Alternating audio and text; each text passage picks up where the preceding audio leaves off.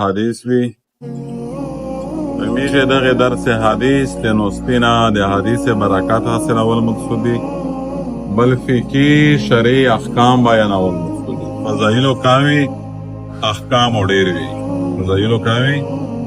احکام ډیر وی جو غوتی یو په وسو ته نیک سړی مو تل د شدوی نه دی شریعت شه نو خوش پیغمبر فرمایي چې رسول الله لعنت لا جلای دی پای سړی باندې چې څوک رشوت ورکوي او پای سړی باندې چې څوک رشوت ورکوي په دا خدوا قسمه خلک لعنت لا جلای دی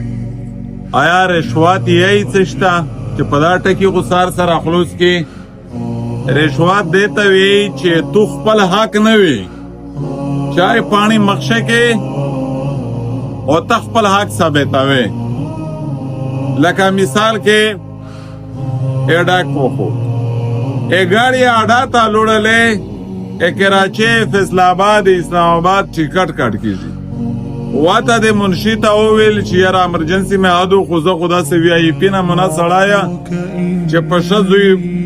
نوستاوکه پشه سیټ متاوال سیټ روکا دا 200 روپے تو شوې دا 1000 روپے مې گاڑی ټیکټ شه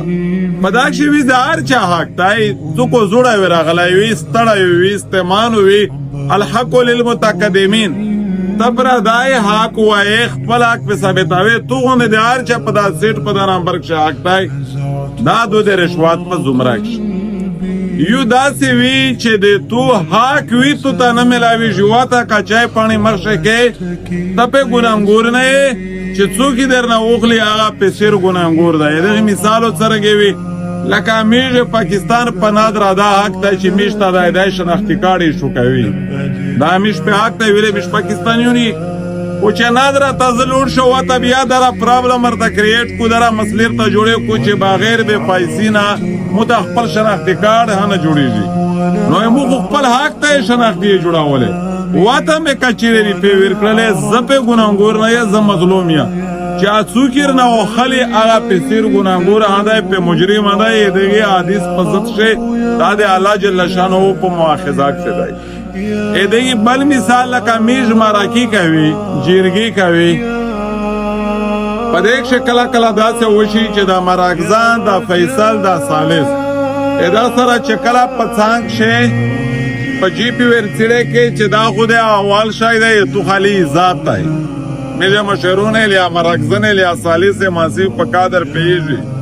نورا چې دا کیسه زوی تر تورا ساوي بیا بل خوان وی چې کله دا شای کوتا تیر شي دغه سړی بیا ورشوات ورکې د خپل وخاص دا په ګناګورون دي دا په هر فورم حضور صلی الله علیه وسلم فرمایي دا ډېر زیات مجرم خلق تهراو کړی دی لکه موته یو سړی سفورش ته روغی سفورش ته چار کول خلره خبره ده چې یاره دا چار مې وکا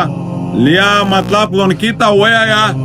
په دی واشه په مو جوست شي لیا موته میټای ډوبای ویسه یې میټای ډوبای دا سیشتر سره پڅان چې اپ په دان عمر غلای دی چې مطلب لونکی دا چار وکو دا مې تو تاسو خوانای وروړی دی خوانای نه دا غزار منور ریزه نه وروړ کني ګرځي کول دی دا پنده در سره خو ویسو خامخا دا زخوران دو بیا پدار شوات شه زخامه خار دریما